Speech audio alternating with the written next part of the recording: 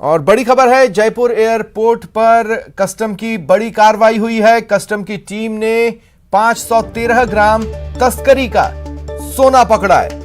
बताया जा रहा है कि दुबई से यह तस्करी का सोना जयपुर लाया गया। फिलहाल अधिकारी आरोपी यात्री से पूछताछ कर रहे हैं। देखिए तो एक बार फिर जयपुर एयरपोर्ट पर तस्करी का सोना पकड़ा गया है। एक बार फिर तस्करों के रूट में जयपुर एयरपोर्ट अहम स्थान रखता है साबित हुआ है। कस्टम की टीम ने 513 ग्राम तस्करी का सोना पकड़ा है, जो कि दुबई से जयपुर लाया गया था। हाल के दिनों में सोना तस्करी की कोशिश बहुत ज्यादा बढ़ी है। देखिए, सोने के बिस्किट पकड़े गए, बैग में सोना लाने की कोशिश हुई, अन्य तरीकों से सोने की तस्करी की कोशिश हुई, लेकिन कस्टम विभाग लगातार सजग है, लगातार निगाह बनाए हुए हैं और कस्टम विभाग की निगाहों से ये तस्कर बच नहीं पा रहे हैं, लेकिन फिर भी सुधरने को तैयार नहीं। आज भी एक यात्री जो दुबई से आया था, वो सोना लेकर, तस्करी का सोना लेकर पहुंचा। सबसे पहले तस्वीरें आप अपने टीवी स्क्रीन पर देख रहे हैं कार्रवाई के दौरान की पकड़े गए सोने की। 513 ग्राम तस्करी का सोना पकड़ा गया है। फिलहाल अधिकारी आरोपी यात्री से पूछताछ कर रहे हैं।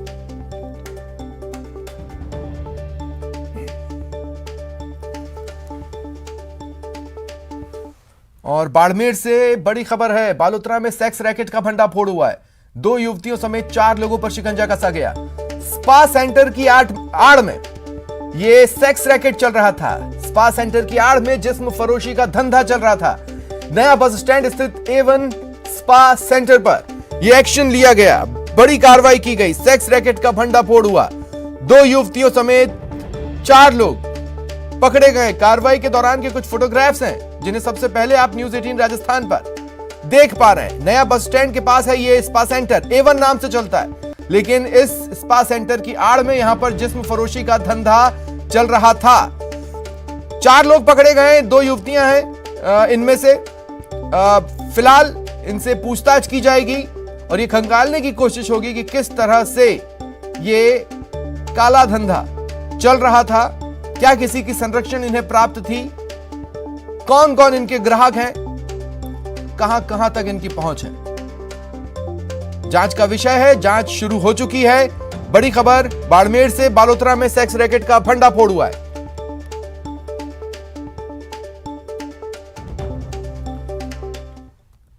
जो नई दिल्ली की जो लड़की है, उससे जो मेरा बोकस ग्राहक था, डेकोए था, उसके साथ अभी संबंध बनाने के लिए पैसे की डिमांड की और उसको पैसा दिया। और जो मेरे ग्राहक के इशारे मिलने पर, जो मैंने जो बोकस ग्राहक बना करके भेजा था, उसने मेरे को इशारा किया, तो हमने तुरंत जा करके उसको ये इसका संलिप्त पाने पर हमने उनको ये डिटेन किया और उनके जो मेरे द्वारा पैसे दिए गए थे हस्ताक्षर, लघु हस्ताक्षर करके, वो उसके कब्जे से वहाँ से मिले और हमारे द्वारा नियमानुसार 3, 4, 5, 6, 7 जो पॉक्स इसका होता है, पीटा एक्ट का होता है, उसके तहत जी प्रकरण दर्ज कर कार्रवाई।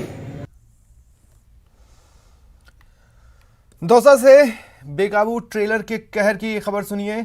एक ट्रेलर ने बाइक सवारों को रौंद दिया। हादसे में देवर भाभी की मौके पर ही मौत हो गई।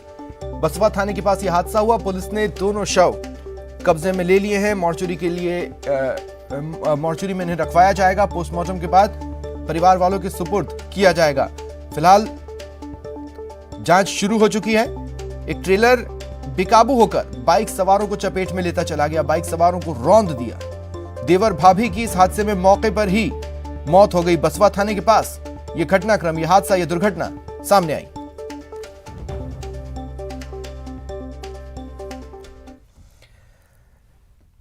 आज एक खास दिन है। दरअसल सरकार ने 100% वैक्सीनेशन की एक डेडलाइन तय की थी, जिसका आज आखिरी दिन है। चिकित्सा मंत्री प्रसादी लाल मीणा ने कहा कि समीक्षा की जाएगी और उसके बाद पाबंदियों पर निर्णय लिया जाएगा। प्रदेश में वैक्सीनेशन की समीक्षा बैठक होगी, मुख्यमंत्री के साथ ही बैठक की जाएगी। फिलहाल 11 जिले ऐसे हैं जहां 100% लोगों को पहली डोज, फर्स्ट डोज तो वैक्सीन की लग चुकी है। वहीं 80.30% लोगों को दूसरी डोज लगी है। अगर 15 से 18 साल की उम्र वाले किशोरों की बात करें तो 62.60% बच्चों को डोज लगी है। प्रोग्रेस है। जैसी हमने उम्मीद की थी वैसी हमारे अधिकारियों ने, कलेक्टर्स ने, सब चिकित्सा विभाग के अधिकारियों ने मिलकर जो काम किया निश्चित रूप से सराहनीय, बहुत अच्छी प्रोग्रेस है। और 31 निकलने के बाद उसकी समीक्षा करके फिर बताएंगे कि हमको कहाँ कमी है। एक तो हमारा दूसरी डोज का जो गैप है वो उनका 28 जो डेज है उसके कारण भी हो सकता है। सेकंड डोज तो हमारी 90% से ऊपर सबकी निकल गई और 8-10-12 जिलों का तो हमारा 100% हो गया। तो अच्छी प्रोग्रेस मानते हैं इसको, बहुत ही अच्छी मानते हैं। जब हमने चार्ज लिया था नवंबर में तब बहुत स्पीड स्लो थी। आप दिसंबर में देखिए 1,31,00,000 डोज हमने लगाई, तो हमारे अधिकारियों ने अच्छा काम किया। इसमें भी हमने बहुत अच्छा काम किया। इसमें बूस्टर डोज भी लगा है 15 से 18 वाले बच्चों का भी कई ब्लॉक में, कई जिलों में वो भी 100% हो गया। तो इसलिए काम तो किया ही अधिकारियों ने। और जिस पर जब उन्होंने डोज नहीं लगवाई उनके बारे में अगली समीक्षा में बात करेंगे। मुख्यमंत्री जी निश्चित रूप से हर वीक तो समीक्षा करते हैं, उस समीक्षा के बाद ही कुछ कह पाएंगे। स्वायत्त शासन विभाग से बड़ी खबर, ग्रेटर की कार्यवाहक महापौर का कार्यकाल बढ़ा है। शील धबाई का फिर कार्यकाल बढ़ाया गया है। 60 दिनों के लिए उनके कार्यकाल को बढ़ाया गया है। मंत्री शांति धारीवाल ने इसे मंजूरी दे दी है। स्वायत्त शासन विभाग जल्द आदेश जारी करेगा। ये चौथी बार है जब शील धबाई का कार्यकाल बढ़ाया गया। 6 फरवरी को उनका कार्यकाल खत्म हो रहा था, अब 60 दिन के लिए इसे एक्सटेंड किया गया है।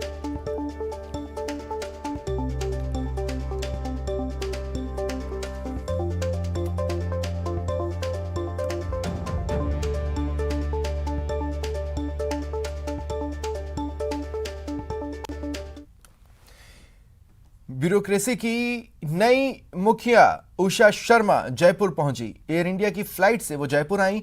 एयरपोर्ट पर न्यूज़ 18 की टीम उनसे मिली। न्यूज़ 18 की टीम से उन्होंने खास बातचीत की। नई सीएस ने कहा कि जो भी सरकार की प्राथमिकताएं हैं वो ही उनकी प्राथमिकता होगी।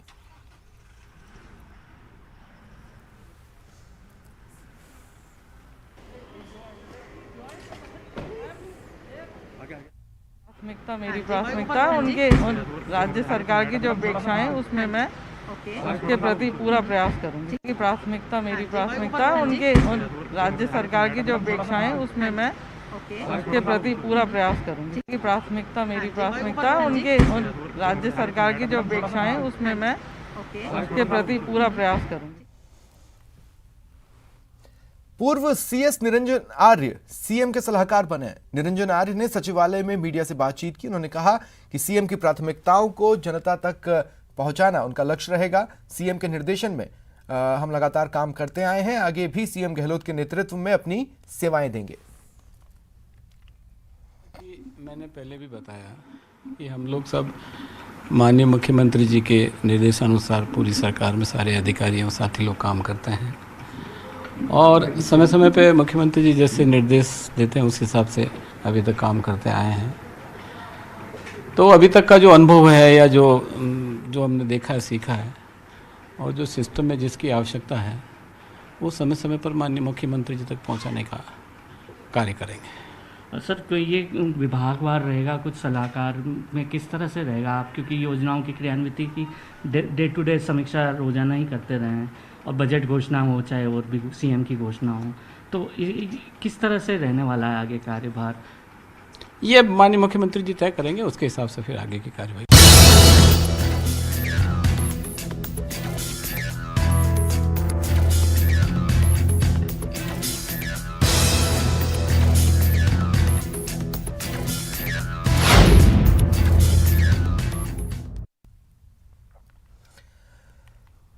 केंद्रीय वित्त मंत्री निर्मला सीतारमण मंगलवार को देश का आम बजट पेश करेंगी। ऐसे में आम से लेकर खास तक की निगाहें बजट पर टिकी हुई हैं। महिलाओं को महंगाई से राहत की उम्मीद है क्योंकि बढ़ती महंगाई से उनके किचन का पूरा बजट बिगड़ गया है। आम बजट पर महिलाएं क्या कह रही हैं, उदयपुर से हमारे सहयोगी कपिल श्रीमाली बता रहे हैं। बजट से आम आदमी को खासी आशाएं रहती है और इस बार भी केंद्र सरकार अपना आम बजट पेश करने वाली है। ऐसे में महिलाओं को इस आम बजट से क्या आशा है, क्योंकि अगर हम पिछले कुछ समय की बात करें तो महंगाई काफ़ी बढ़ी है और जिसके चलते महिलाओं का किचन काफ़ी प्रभावित हुआ है। ऐसे में हमारे साथ इस समय उदयपुर से कुछ घरेलू और कामकाजी महिलाएं हैं, उनसे हम बात करेंगे कि बजट में वे क्या आशा करती है, क्या वे वित्त मंत्री तक अपना संदेश पहुंचाना चाहती है। आपसे पूछना चाहेंगे, घरेलू जो आम बजट आने वाला है उसमें अगर हम बात करें महिलाओं के किचन की, क्या आशा करते हैं आप, क्या होना चाहिए? आपको पता है कि हम पिछले 2 साल से एकेडमिक में घूम रहे हैं, क्योंकि कोरोना इतना फैल गया है, बेरोजगारी हो गई है, लॉकडाउन लग गया है और ऊपर से इतनी महंगाई। मीन्स महिलाओं को घर चलाना इतना मुश्किल हो गया है कि पहले तो वो ये सोचती थी कि किचन में 2 सब्जी बने, 1 दाल बने। दाल तो गायब ही हो गई है। सब्जी कोरोना के टाइम में ज़रूर सस्ती हुई है, पर सब्जी रोज़ खाएंगे तो कैसे चलेगा। किचन तो प्रभावित हुई है, क्योंकि एक तो वैसे भी सैलरी कम आती है, उसके हिसाब से घर चलाना तो बहुत मुश्किल हो गया है। और गैस की टंकी के दाम इतने बढ़ गए हैं कि 2 महीने चलती है, 1 महीने चलती है, उसके तो 1000 रुपये हर महीने लग जाते हैं। और उसके बाद दालों में, खाद्य तेल में, इन सब में भी बहुत ज़्यादा बढ़ोतरी हुई है। पहले 200 रुपये का पेट्रोल 2 दिन चलता था, लेकिन आज की तारीख में हमको 1 दिन में 200 रुपये का पेट्रोल चाहिए होता है। और इन सब से क्या नाम है, इतने प्रभावित हो गए हैं कि लोग बाग सुसाइड भी कर रहे हैं और जनजीवन प्रभावित हो रहा है इससे। आप क्या सोचते हैं, क्या होना चाहिए इस आम बजट में महिलाओं के लिए? जैसा कि सुषमा मैडम ने बताया कि पेंडेमिक के कारण बहुत ज़्यादा प्रॉब्लम हुई है, और वाकई में ये बात बिल्कुल सही है कि महिलाओं को बहुत ही ज़्यादा किचन उनका बहुत ज़्यादा प्रभावित हुआ है। पेट्रोल डीजल के दाम बढ़ा, जैसा कि हमने पिछली बार भी बोला था कि पेट्रोल डीजल के दाम बिल्कुल नहीं घट रहे, उससे भी हुआ है। रसोई गैस प्रभावित हुई, जैसा कि इन मैडम ने भी बताया, रसोई गैस प्रभावित हुई, उससे किचन तो बहुत ज़्यादा प्रभावित होता ही है। उससे दालों के दाम, जैसे ही पेट्रोल डीजल के दाम बढ़ते हैं वैसे ही किचन के जितना भी सामान हो उन सब के दाम बढ़ जाते हैं। तो उसमें महिला क्या करें, महिलाओं को सबसे ज़्यादा प्रॉब्लम होती है। जैसे मैं कामकाजी महिला हूँ तो मुझे पेट्रोल का भी बहुत ज़्यादा प्रॉब्लम होता है। ये इन्होंने सही बताया कि एक दिन में जहाँ हम हफ्ते भर का पेट्रोल चला लेते हैं, मेरा घर यहाँ से सूरजपोल से कोर्ट तक आने के लिए ज़्यादा डिस्टेंस नहीं है। पहले मैं 100 रुपये का पेट्रोल आराम से सप्ताह भर यूज़ कर लेती थी, बट अब मैं 250 रुपये का पेट्रोल भराती हूँ तब भी प्रॉब्लम आती है मुझे। तो किचन तो प्रभावित हुआ ही है। देखिए, इस आम बजट में महंगाई सबसे बड़ा मुद्दा है, और जो हमने महिलाओं से बात की है इनका भी मानना है कि आम बजट में वित्त मंत्री आम जनता को महंगाई से राहत दे, तभी ये जो महिला हैं इनकी जो सोच है कि इनका जो किचन पिछले कुछ समय से लगातार प्रभावित हो रहा है उससे इन्हें राहत मिले और एक बार फिर पूरी भरी हुई थाली घर में अपने परिवार के सदस्यों को ये परोस सके। कपिल श्रीमाली, न्यूज़ 18, उदयपुर। वक्त एक ब्रेक के बाद बात रीट पर बढ़े बवाल की।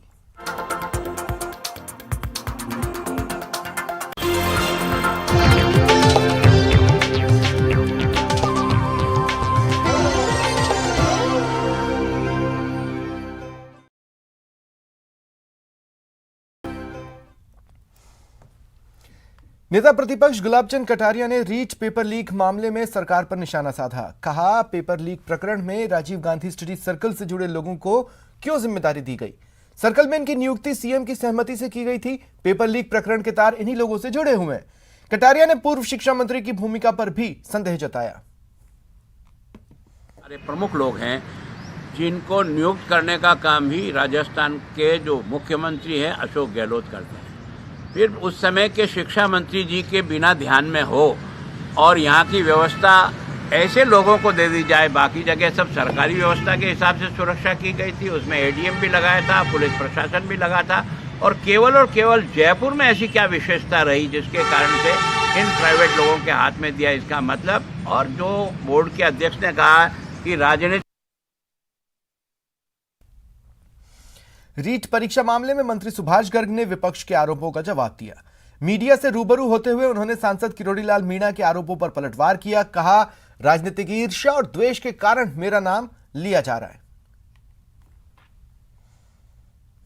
कि जब अभी जांच सेशन जी एसओजी जांच कर रही है और जो सरकार का मकसद है, जो ये गैंग काम कर रहे हैं, चाहे वो नकल कराने वाले गिरोह हैं, पेपर लीक करने वाले गिरोह हैं, उनकी तह तक पहुंचना चाहिए। और सरकार की स्पष्ट रूप से मंशा है, किसी भी व्यक्ति को नहीं बख्शा जाएगा, चाहे वो कितना भी बड़ा हो, चाहे वो सुभाष गर्ग हो, चाहे कोई भी हो। मैं तो ये कहना चाहता हूं कि जब हमारे राजनीतिक विरोधी जिस तरह की बात कर रहे हैं और मेरा नाम उछाला गया है बिना तथ्यों के, बिना इस आधार पर कि भाई आपके साथी रहे हैं। मैं शिक्षक संगठनों में काम करता रहा हूं, वर्षों पब्लिक जीवन रहा है, मेरा सार्वजनिक जीवन रहा है, लोग जुड़ते हैं, करते हैं, लेकिन ये नहीं है कि आज मैं मेरा कोई मित्र कोई गलती कर दे या मेरा कोई साथी गलती कर दे तो उसके लिए जिम्मेदार मैं हूं। कानून अपनी कार्रवाई करेगा, कानून से ऊपर कोई नहीं है।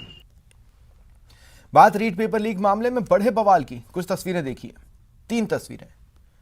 पहली कोटा से बीजेपी युवा मोर्चा का प्रदर्शन दिखा, दूसरी अजमेर की जहां छात्र शक्ति राजस्थान रीट दफ्तर का घेराव करती दिखी, और तीसरी भरतपुर की, यहां भी रीट पर बवाल दिखा। कलेक्ट्रेट के बाहर पुलिस और प्रदर्शनकारियों में झड़प हुई।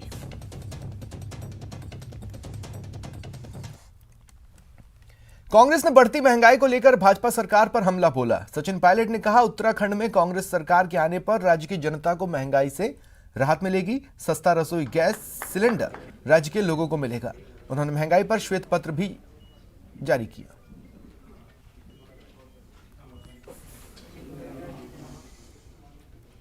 महंगाई एक ऐसा मुद्दा है जिसके बारे में हमसे ज्यादा यहाँ के स्थानीय लोग जानते हैं। इसी को देखते हुए कांग्रेस पार्टी ने ये वादा किया है कि हमारी सरकार जब बनेगी तो हम गैस के सिलेंडर का दाम 500 रुपये से ऊपर नहीं होने देंगे। ये बहुत बड़ी घोषणा है। आप कल्पना कीजिए, जो गैस का सिलेंडर आज 1000-1100 रुपये का मिल रहा है, और क्यों मिल रहा है? केंद्र में जब भाजपा की सरकार है, और जब मुझे याद है जब भाजपा के नेता विपक्ष में थे और मनमोहन सिंह जी की सरकार थी, तो रोज अगर 25 पैसे दाम बढ़ता था पेट्रोल डीजल का, हाहाकार मचाया जाता था। और आप सब गवाह इस बात के। आज पेट्रोल डीजल देसी घी से महंगा हो गया, 100, 105, 110 रुपये पहुंच गया। अब थोड़ी कटौती करी है जब चुनाव उनको दिखाई दिए, लेकिन सवाल ये उठता है कि पेट्रोल, डीजल, रसोई गैस, फल फूल, तेल, सब्जी, चीनी, चाय पत्ती, हर चीज महंगी होने के बावजूद राहत देने का काम सरकार ने नहीं किया। यह हम में से हर एक का कर्तव्य है कि हम अपने बच्चों के साथ मिलकर पर्यावरण को कार्बन के खतरों से बचाएं। हम बच्चे कहते हैं क्योंकि वो हमेशा कर्तव्यनिष्ठ योद्धा बनकर उभरते हैं और अनोखे समाधान देते हैं। दिल्ली के कई ऐसे छात्र हैं जो श्री राम स्कूल जाते हैं, जिन्होंने हमेशा एक सिद्धांत के तौर पर पर्यावरण संबंधी चिंताओं के समाधान खोजे हैं। मिशन पानी की एक report.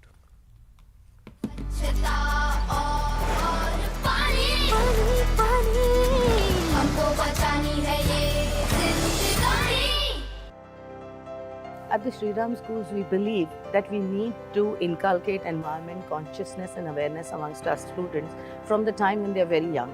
So we have environment programs starting from K to 12. So as they move into middle school or senior school, you will find that we have a council member position in our school where we have a student council rep for environment who coordinates with the environment reps from every grade, and that's how they work on different programs through the year. Padma Shri Mrs. Manju Bharatram, who was the founder of this school way back in 1988, it was her vision.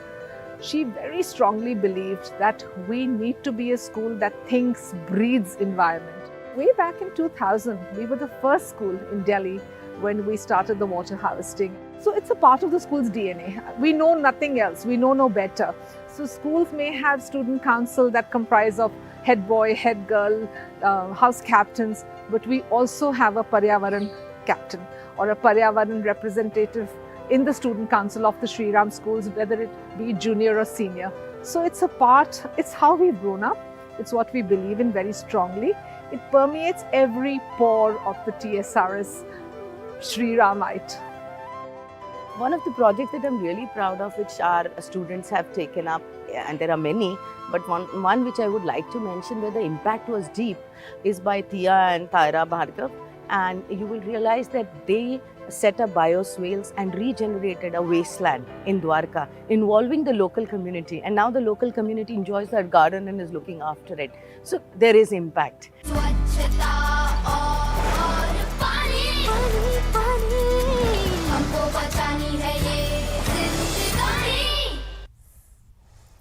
फिलहाल इतना ही। नमस्कार।